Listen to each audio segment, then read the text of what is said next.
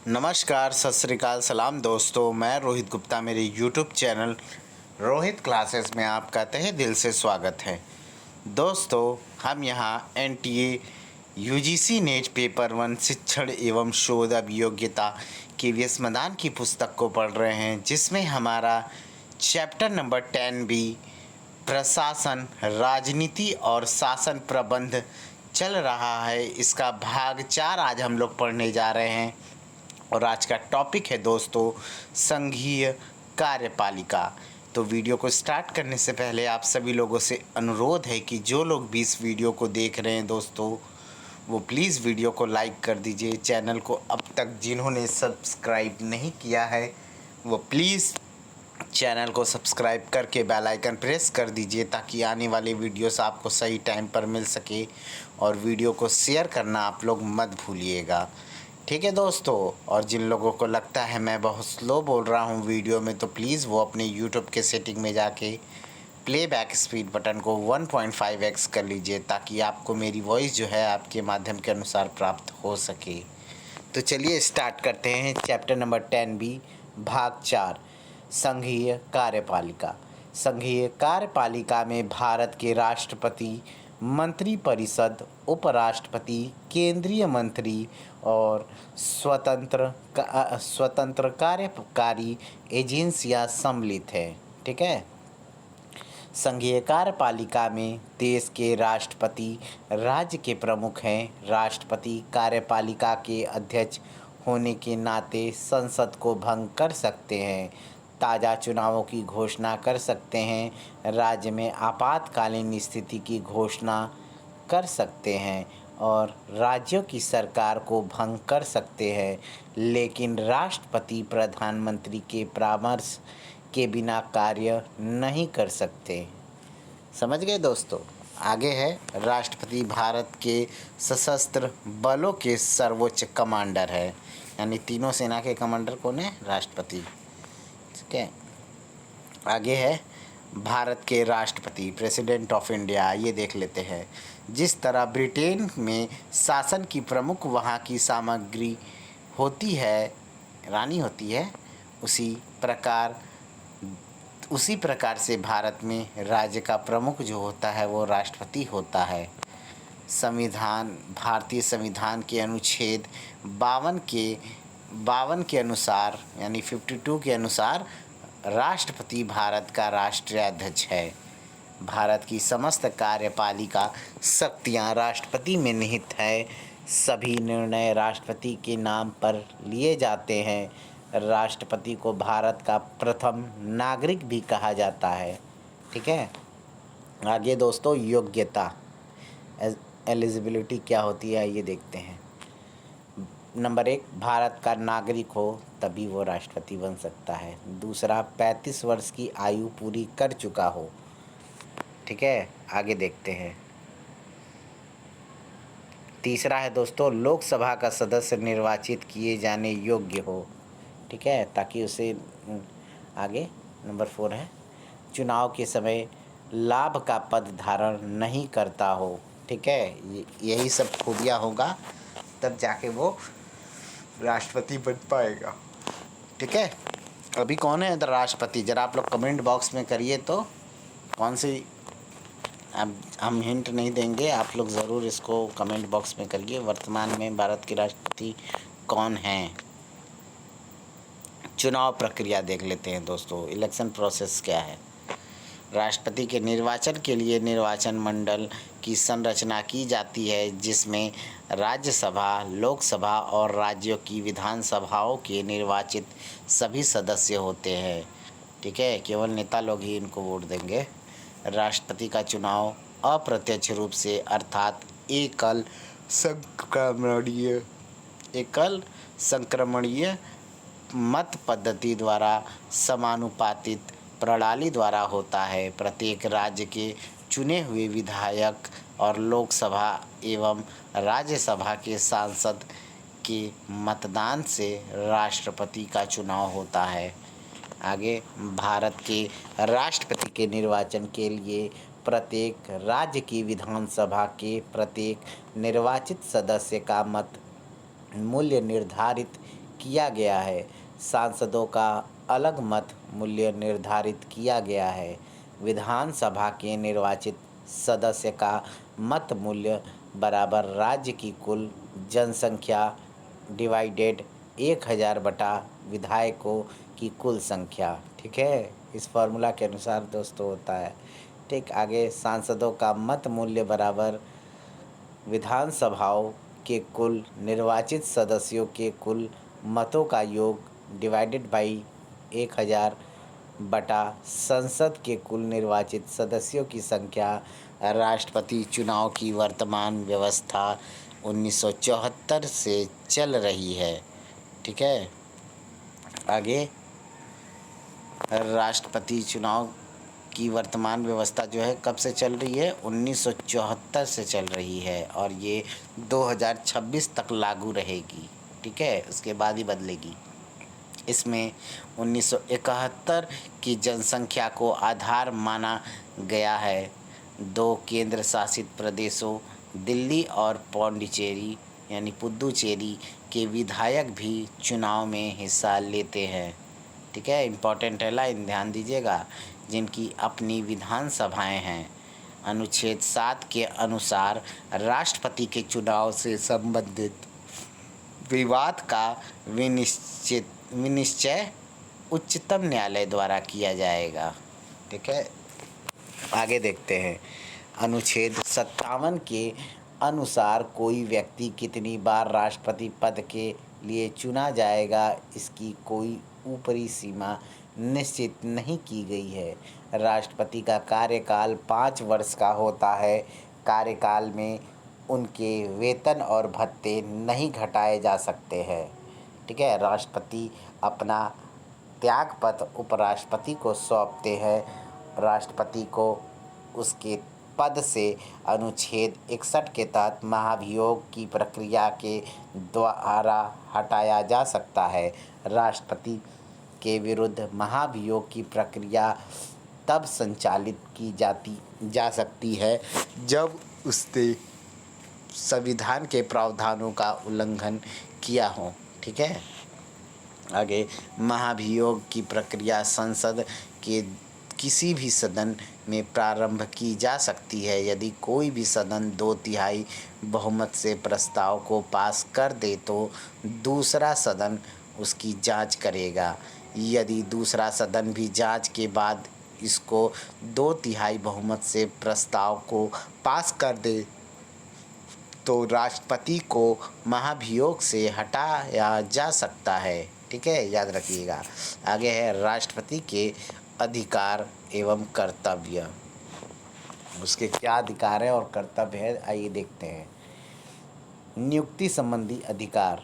ठीक है, appointment rights क्या है? अपॉइंटमेंट राइट्स, राष्ट्रपति निम्न को नियुक्त करता है। भारत के प्रधानमंत्री की सलाह पर मंत्रिपरिषद के सदस्यों, सर्वोच्च न्यायालय और उच्च न्यायालय के मुख्य न्यायाधीशों, भारत के नियंत्रक एवं महालेखक परीक्षक, राज्यों के राज्यपाल, आगे थोड़ा सा बड़ा कर लेते हैं, राज्यों के राज्यपाल, मुख्य चुनाव आयुक्त तथा अन्य चुनाव आयुक्तों, भारत के महान्यायवादी, अंतर्जातीय परिषद के सदस्य, संघीय लोक सेवा आयोग के अध्यक्ष और अन्य सदस्यों, संघीय क्षेत्रों के मुख्य आयुक्तों, वित्त आयोग के सदस्यों, भाषा आयोग के सदस्यों, पिछड़ा वर्ग आयोग के सदस्यों, अल्पसंख्यक आयोग के सदस्यों, भारत के राजदूतों, अनुसूचित क्षेत्रों के प्रशासन के संबंध में रिपोर्ट देने वाले आयोग के सदस्यों को। ठीक है, इन लोगों की नियुक्ति करते हैं। ठीक है, आगे है विधायी शक्तियाँ क्या है, लेजिस्लेटिव पावर्स क्या है देखते हैं। आइए, नंबर 1, धन विधेयक पेश करने के लिए राष्ट्रपति से पहले सहमति जरूरी है। नंबर 2, संसद सत्र शुरू करने तथा लोकसभा को भंग करने संबंधित अधिकार जो है राष्ट्रपति के पास है। नंबर 3, संसद द्वारा पारित विधेयक राष्ट्रपति के हस्ताक्षर के बिना कानून नहीं बन सकता। नंबर 4 है नए राज्यों का निर्माण और वर्तमान राज्य के क्षेत्रों, सीमाओं या नामों में परिवर्तन संबंधी विधेयक पर सहमति लेना आवश्यक है। नंबर 5 है दोस्तों, नंबर 5, संसद सदस्यों के मनोनयन का अधिकार राष्ट्रपति आंग्ल समुदाय के व्यक्तियों का समुचित प्रतिनिधित्व कराने के लिए उस समुदाय के 2 व्यक्तियों को लोकसभा सदस्य के रूप में नामांकित कर सकता है। इसी प्रकार राज्यसभा में राष्ट्रपति कला, साहित्य, खेल, पत्रकारिता, विज्ञान तथा सामाजिक कार्यों में अनुभवी दक्ष लोगों को नामांकित कर सकता है। तकरीबन 12 व्यक्तियों को राज्यसभा में राष्ट्रपति नामजद कर सकता है। ठीक है, आगे है अध्यादेश जारी करने की शक्ति, पावर ऑफ इशू ऑर्डिनेंस। और ये देखते हैं नंबर 1, अनुच्छेद 123 के तहत संसद के स्थगन के समय राष्ट्रपति अध्यादेश जारी कर सकता है।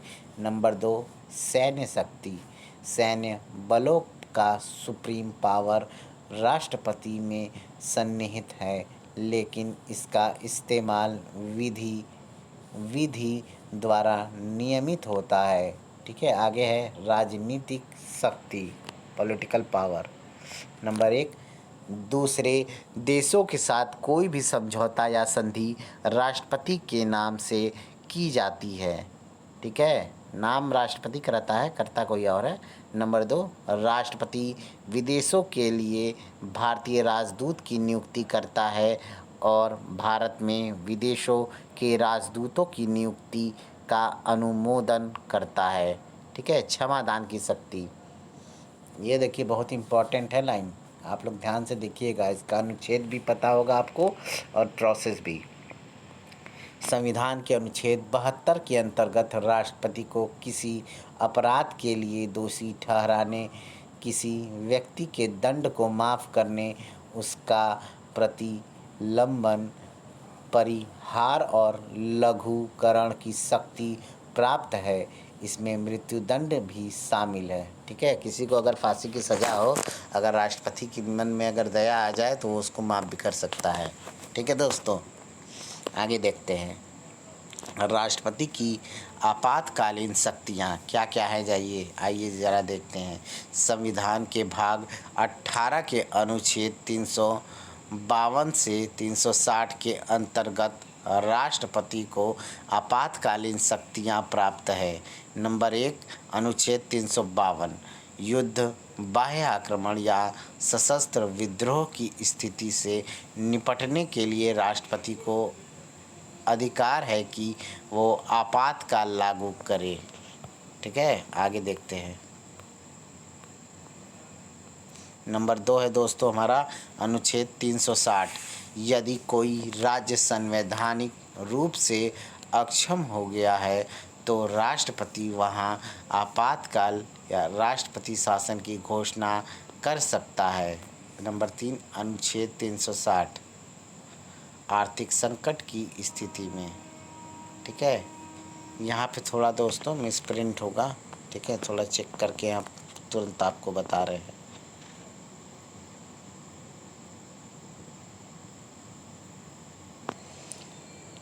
हाँ दोस्तों, थोड़ा यहाँ पे मिसप्रिंट है, थोड़ा इसको हम लोग रस निकाल के इसको सही कर लेते हैं। ठीक है, पेन का यूज़ करते हैं दोस्तों।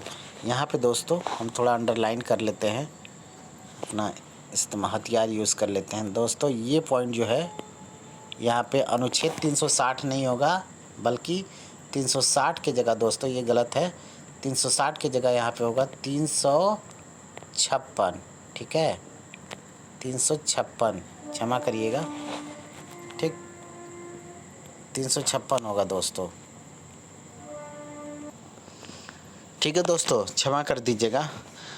तो यहाँ पे ये गलती था, ठीक है। अनुच्छेद 356 ये होगा, यदि कोई राज्य संवैधानिक रूप से अक्षम हो गया है तो राष्ट्रपति वहाँ आपातकाल यानी राष्ट्रपति शासन की घोषणा कर सकता है। ठीक है, बुक में यहाँ मिसप्रिंट दिया है दोस्तों।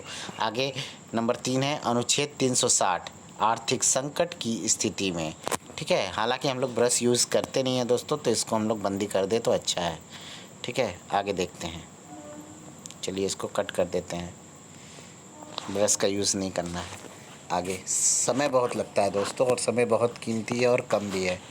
ठीक, आगे है कुछ रोचक तथ्य देख लेते हैं। पहला है डॉक्टर राजेंद्र प्रसाद लगातार 2 बार भारत के राष्ट्रपति रहे हैं। नंबर 2, और पहले भी राष्ट्रपति यही थे। नंबर 2 है डॉक्टर एस राधाकृष्णन 2 बार उपराष्ट्रपति तथा 1 बार राष्ट्रपति रहे हैं। नंबर 3 है वीवी गिरी राष्ट्रपति के निर्वाचन के समय दूसरे चक्र की मतगणना करनी पड़ी थी। ठीक है जब ये राष्ट्रपति बने थे तो दूसरे चक्र की मतगणना करनी पड़ी थी। आगे देखते हैं। नंबर 4, नीलम संजीव रेड्डी 1 बार राष्ट्रपति चुनाव में हार गए और फिर बाद में निर्विरोध चुने गए। ठीक है, कोई अगेंस्ट में उठा ही नहीं। आगे है नंबर 5, प्रतिभा देवी सिंह पाटिल भारत की प्रथम महिला राष्ट्रपति थी। और दूसरी कौन है ज़रा आप लोग बताइएगा तो वर्तमान का भी ज्ञात हो जाएगा आप लोगों को। आगे नंबर 6 है श्री रामनाथ कोविंद भारत के 14वें राष्ट्रपति हैं। और भारत के 15वें राष्ट्रपति का नाम ज़रा आप लोग लिख के बताइएगा तो दोस्तों। चलिए आगे देखते हैं। प्रधानमंत्री के बारे में हम लोग देख लेते हैं। प्रधानमंत्री वास्तविक कार्यकारी प्राधिकारी होता है तथा सरकार का प्रमुख है। इस संदर्भ में निम्नलिखित प्रावधान किए गए हैं। पहला, राष्ट्रपति अपने कार्यों का निष्पादन प्रधानमंत्री की अध्यक्षता में मंत्रिपरिषद की परामर्श के अनुसार करता है। नंबर 2 है दोस्तों, प्रधानमंत्री की नियुक्ति राष्ट्रपति द्वारा की जाएगी। अन्य मंत्रियों की नियुक्ति भी राष्ट्रपति द्वारा प्रधानमंत्री की सलाह पर की जाएगी। मंत्रीगण राष्ट्रपति की सहमति से ही पद पर बने रह सकेंगे। नंबर 3 है मंत्रिपरिषद लोकसभा के प्रति सामूहिक रूप से जिम्मेदार होगी। नंबर 4, कोई भी मंत्री यदि निरंतर 6 माह तक संसद के किसी भी सदन का सदस्य नहीं है तो वह मंत्री पद पर बना नहीं रह सकता।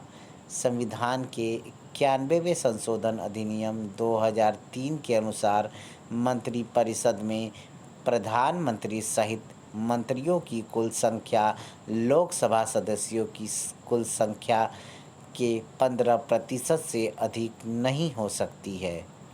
आगे है प्रधानमंत्री की शक्तियां और कार्य। आइए देखते हैं कितना पावर है प्रधानमंत्री में और उनके कार्य क्या क्या है। प्रधानमंत्री की शक्तियां तथा उसके कार्य का अध्ययन निम्नलिखित शीर्षकों के तहत किया जा सकता है। मंत्रिपरिषद के संबंध में केंद्रीय मंत्रिपरिषद के प्रमुख के रूप में प्रधानमंत्री को निम्नलिखित शक्तियां प्राप्त हैं। पहला है दोस्तों, प्रधानमंत्री द्वारा अनुशंसित व्यक्तियों को ही राष्ट्रपति मंत्री नियुक्त कर सकता है। नियुक्त कर सकता है।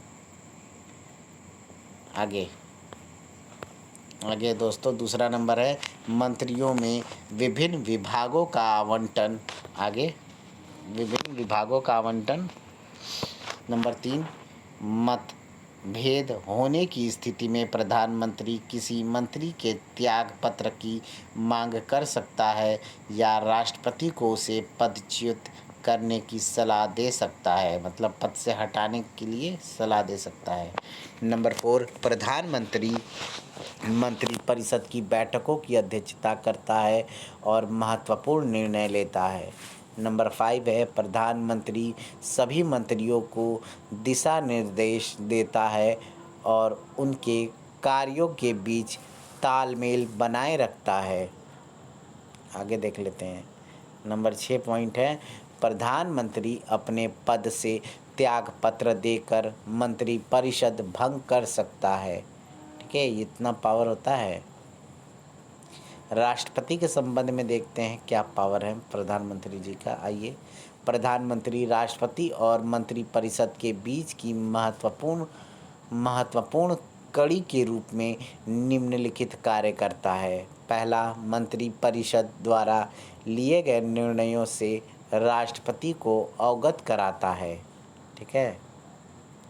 नंबर 2, प्रधानमंत्री राष्ट्रपति द्वारा मांग करने पर किसी विषय विशेष को मंत्रिपरिषद के विचारार्थ प्रस्तुत करता है, जिससे संबंधित निर्णय किसी मंत्री द्वारा लिया गया हो, किंतु मंत्रिपरिषद ने उस पर विचार भी न किया हो। नंबर 3 है, प्रधानमंत्री राष्ट्रपति को महान्यायवादी, नियंत्रक और महालेखा परीक्षक संघ, लोक सेवा आयोग, चुनाव आयुक्त, वित्त आयोग आदि के अध्यक्ष और सदस्यों की नियुक्ति के विषय में परामर्श देता है। आगे संसद के संबंध में क्या है पावर देख लेते हैं। प्रधानमंत्री निचले सदन लोकसभा का नेता होने के नाते निम्नलिखित कार्य करता है। नंबर 1, वह संसद सत्र बुलाने और सत्रावसान के संबंध में राष्ट्रपति को परामर्श देता है। नंबर 2, वह राष्ट्रपति से लोकसभा को भंग करने का अनुमोदन किसी भी समय कर सकता है। नंबर 3, वह सदन पटल, एक सेकंड दोस्तों, मैसेज भी अभी आना था। वह सदन पटल पर सरकार की नीतियों की घोषणा करता है। ठीक है, आगे देखते हैं दोस्तों। आगे है अन्य शक्तियाँ और कार्य। ठीक है, other powers and functions. Number 1, प्रधानमंत्री नीति आयोग, राष्ट्रीय विकास परिषद, राष्ट्रीय एकता परिषद और अंतर्राज्यीय परिषद का अध्यक्ष होता है।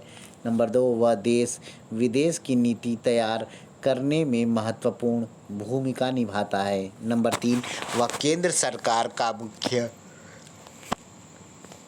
मुख्य प्रवक्ता होता है। नंबर 4, वह आपातकाल के दौरान राजनीतिक स्तर के संकट का प्रमुख विमोचक होता है। नंबर 5 है, राष्ट्र नेता के रूप में प्रधानमंत्री विभिन्न राज्यों के भिन्न भिन्न वर्ग के लोगों से मिलकर उनकी समस्याओं की जानकारी लेता है। नंबर 6, वह सत्ताधारी दल का नेता होता है।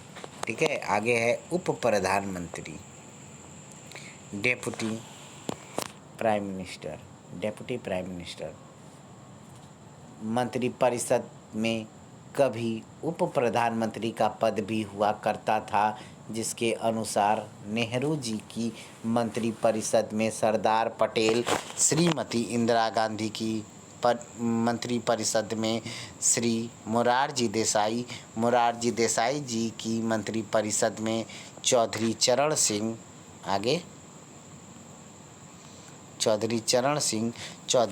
सिंह की मंत्रिपरिषद में चौधरी जगजीवन राम, श्री वीपी सिंह की मंत्रिपरिषद में चौधरी देवीलाल तथा श्री अटल बिहारी वाजपेयी की मंत्रिपरिषद में श्री लाल कृष्ण आडवाणी उप प्रधानमंत्री के पद पर रह चुके हैं। ठीक है, इम्पोर्टेंट लाइन है, ध्यान दीजिएगा।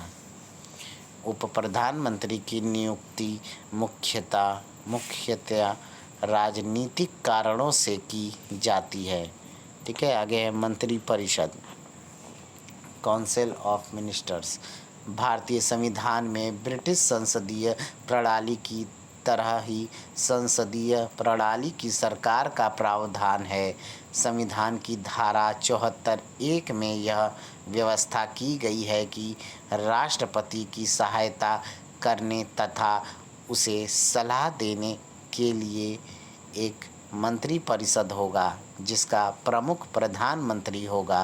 राष्ट्रपति इस मंत्रिपरिषद की सलाह के अनुसार अपने कार्यों का निष्पादन करेंगे।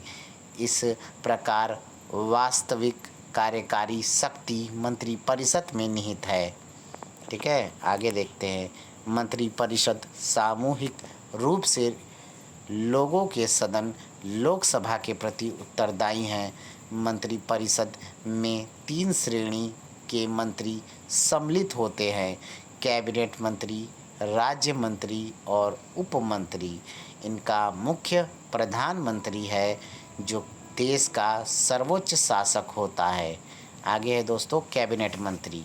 ठीक है, आइए देखते हैं कैबिनेट मंत्री। इसको मंत्रिमंडल कहा जाता है। इसमें 15 से 20 मंत्री होते हैं, जिनका सदन के प्रति सामूहिक उत्तरदायित्व होता है। यह नीतिगत निर्णय लेकर मंत्रिपरिषद को निर्देशित करती है, जिसका अनुपालन सभी मंत्रियों को करना पड़ता है।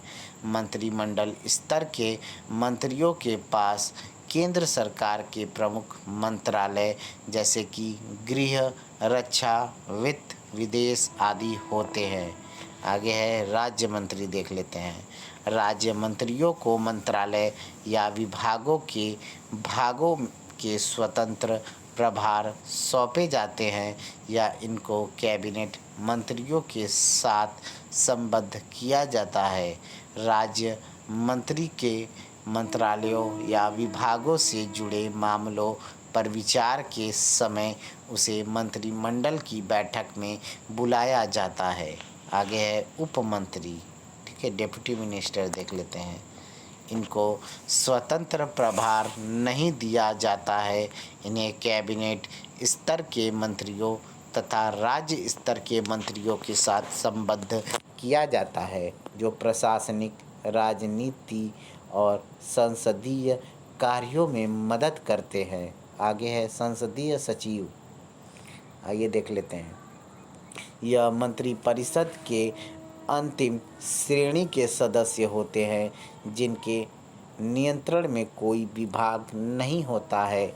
इन्हें वरिष्ठ मंत्रियों के साथ उनके संसदीय कार्यों में सहायता हेतु संबद्ध किया जाता है। आगे है मंत्रिमंडलीय समितियां, कैबिनेट कमिटीज़। आइए देख लेते हैं। संविधान में समितियों का प्रत्यक्ष उल्लेख नहीं है। मंत्रिमंडल अपना बहुत सारा कार्य विभिन्न समितियों के माध्यम से करता है।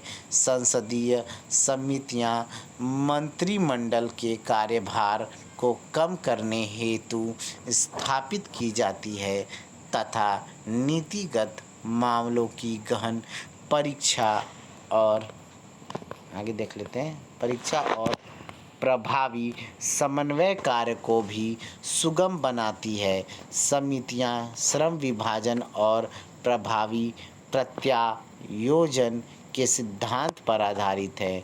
मंत्रिमंडलीय समितियां निम्नलिखित 2 प्रकार की होती हैं। पहला स्थायी समिति यानी परमानेंट कमिटीज़। दूसरा तदर्थ समिति यानी एडहॉक कमिटी। चलिए आगे देखते हैं। आगे है हमारा स्थायी समिति की प्रकृति नाम अनुरूप होती है तथा तदर्थ बोले होंगे तो क्षमा करिएगा, तदर्थ है। ठीक है, तदर्थ समिति की प्रकृति अस्थायी है। कुछ विशेष समस्याओं से निपटने के लिए तदर्थ समितियां गठित की जाती हैं। कार्य समाप्त होने पर इनका अस्तित्व नहीं रहता है। इनका गठन प्रधानमंत्री द्वारा समय और परिस्थिति की अपेक्षाओं के अनुसार किया जाता है। इनमें सदस्यों की संख्या 3 से 8 तक हो सकती है। इनमें प्रायः कैबिनेट स्तर के मंत्री होते हैं। ठीक है, आगे इन समितियों की अध्यक्षता प्रायः प्रधानमंत्री द्वारा की जाती है। समितियां मंत्रिमंडल के विचारार्थ प्रस्ताव भी तैयार करती है और निर्णय भी लेती है। तथापि मंत्रिमंडल इन समितियों द्वारा लिए गए निर्णय की समीक्षा कर सकता है। आगे है उपराष्ट्रपति दोस्तों। ठीक है, उपराष्ट्रपति को हम लोग देख लेते हैं। संविधान के अनुच्छेद 63 के अनुसार भारत का एक उपराष्ट्रपति होगा। संविधान में उपराष्ट्रपति से संबंधित प्रावधान संयुक्त राज्य अमेरिका के संविधान से ग्रहण किया गया है।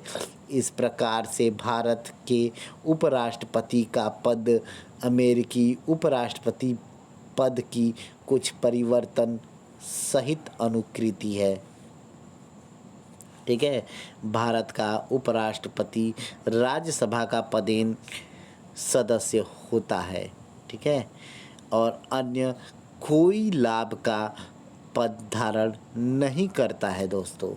आगे है योग्यता, एलिजिबिलिटी क्या है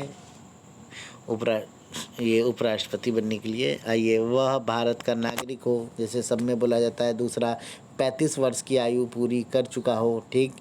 नंबर तीसरा, राज्यसभा का सदस्य निर्वाचित होने के योग्य हो।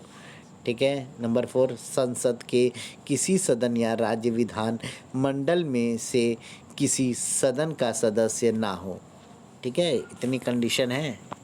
आगे है भारत सरकार के या किसी राज्य की सरकार के अधीन अथवा उक्त सरकारों में से किसी के नियंत्रण में किसी स्थानीय या प्राधिकारी के अधीन लाभ का पद धारण ना करता हो। ठीक है। आगे है निर्वाचन, इलेक्शन देख लेते हैं दोस्तों, बहुत इम्पोर्टेंट पॉइंट है इलेक्शन। चलिए, आगे है निर्वाचन यानी इलेक्शन।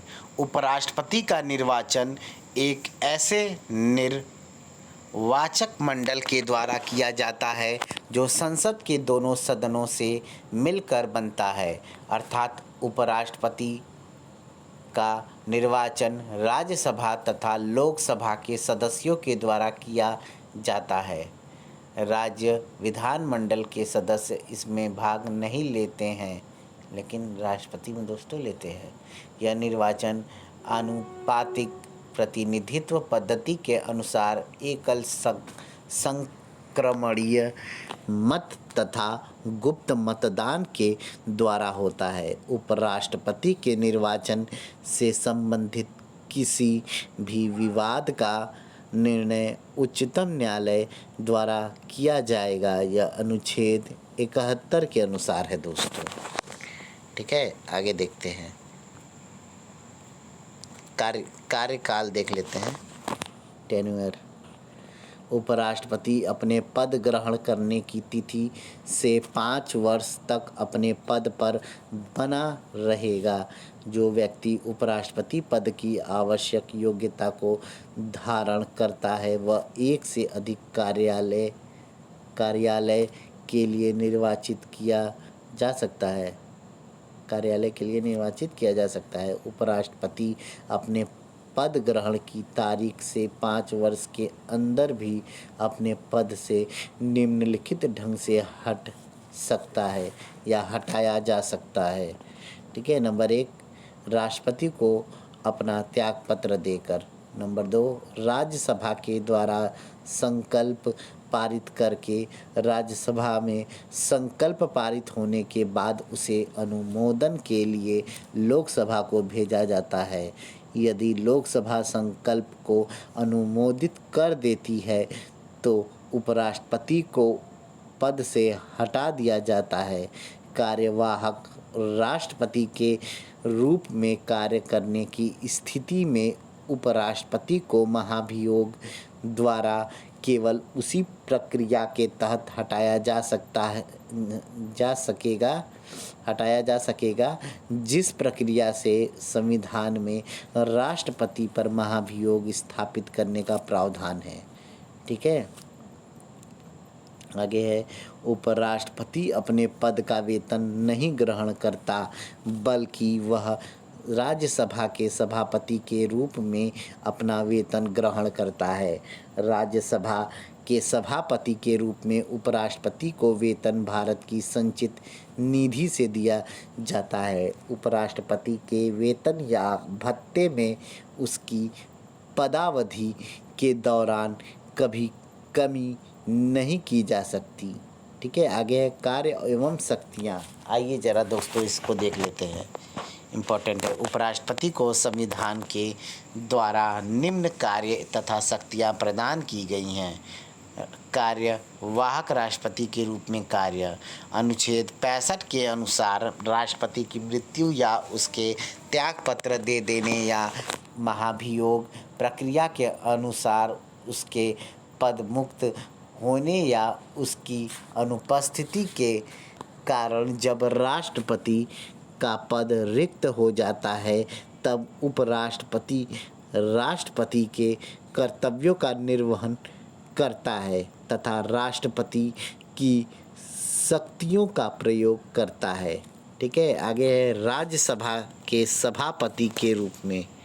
आइए देख लेते हैं, अनुच्छेद 64 में दी गई व्यवस्था के अनुसार राज्यसभा के सभापति के रूप में उपराष्ट्रपति निम्नलिखित कार्यों को करता है। ठीक है, उपराष्ट्रपति जो है वो निम्नलिखित कार्यों को क्या करता है। नंबर 1, वह राज्यसभा के कार्यों का संचालन करता है, राज्यसभा में अनुशासन बनाए रखता है तथा आज्ञा का अनुपालन न करने वाले सदस्यों को सदन से निष्कासित करवा सकता है। नंबर 2 है दोस्तों, वह राज्यसभा के किसी सदस्य को सदन में भाषण देने की अनुज्ञा देता है तथा उसकी अनुज्ञा के बिना कोई भी सदस्य सदन में भाषण नहीं दे सकता है। ठीक है, आगे है दोस्तों हमारा न्यायपालिका। ठीक, न्यायपालिका अब हम लोग देखेंगे।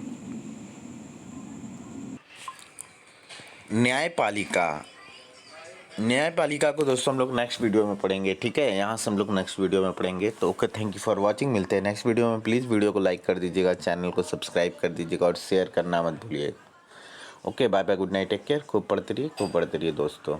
Thank you.